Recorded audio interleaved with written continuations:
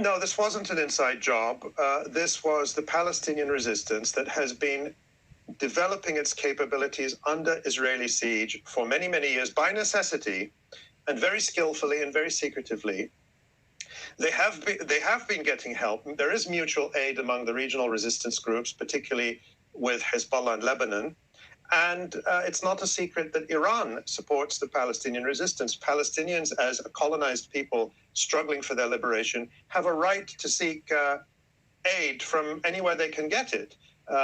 Just as Europeans, we just published an article by Joseph Massad on the electronic Intifada, and he made the point that all the criticism that Palestinians get from Arab regimes and from Western governments and Western liberals about, oh, you take support from Iran. Well, it's not as if the Palestinians turned down support from other countries. Nobody else is offering the Palestinians material support for their liberation struggle.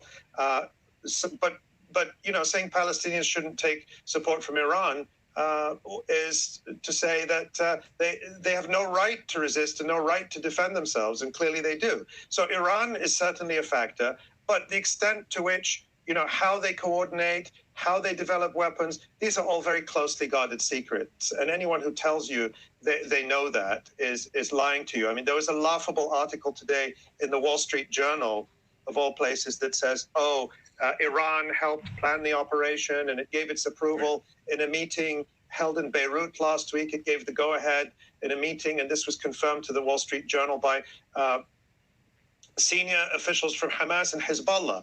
And you actually read the article, it's just totally hilarious because, of course, they don't name any officials who said that. And yeah, it's really credible that Hamas and Hezbollah are going to spill their most closely held secrets to an American, rabidly anti-Iran, anti-resistance neocon rag. That's where they're going to go and choose to tell their secrets to. So it's just BS. But so one of the factors that I think Israel can't ignore, and its defense minister, Yoav Gallant, said this a few months ago, is that Israel is no longer in a position where it can decide to limit any military confrontation to one front. There is now the potential for a multi-front war, which involves not just Hamas in Gaza, but also the northern front with Hezbollah and potentially Iran and Syria. And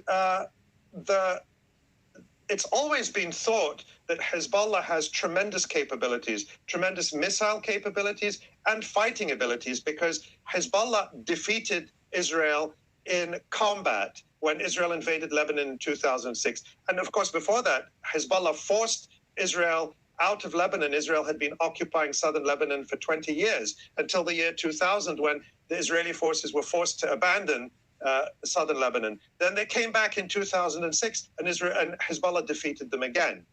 And after that, you had all this sort of self-doubt in Israel saying, we have to learn the lessons, and the IDF was not prepared, and we have to do better. And this is the result, that they were beaten by Hamas, who is completely besieged in Gaza, surrounded on all sides. And so the question that must be on a lot of minds in Israel and in Washington and in among Israel's other sponsors and partners in crime is, if this is what Hamas can do from Gaza, what can Hezbollah do from Lebanon?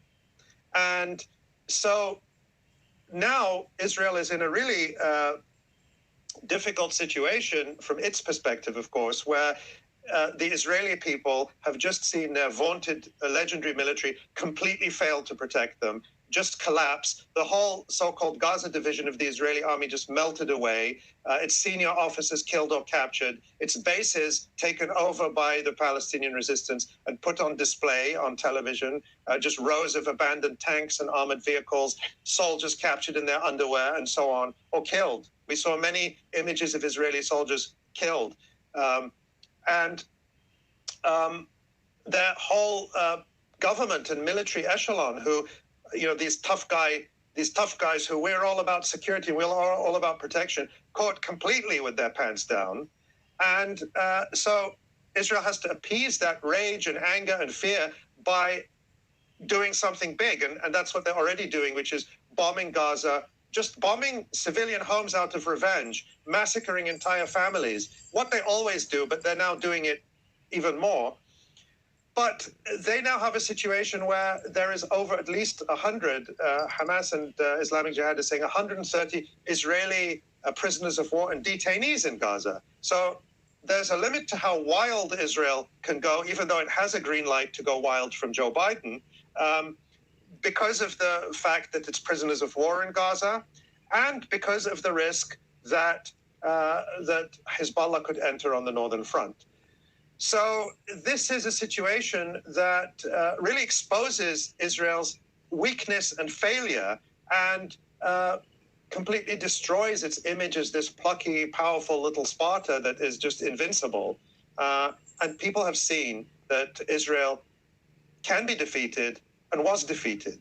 And as much as it may go in and murder people just in revenge in Gaza, which it is doing and will do, that will not erase the defeat.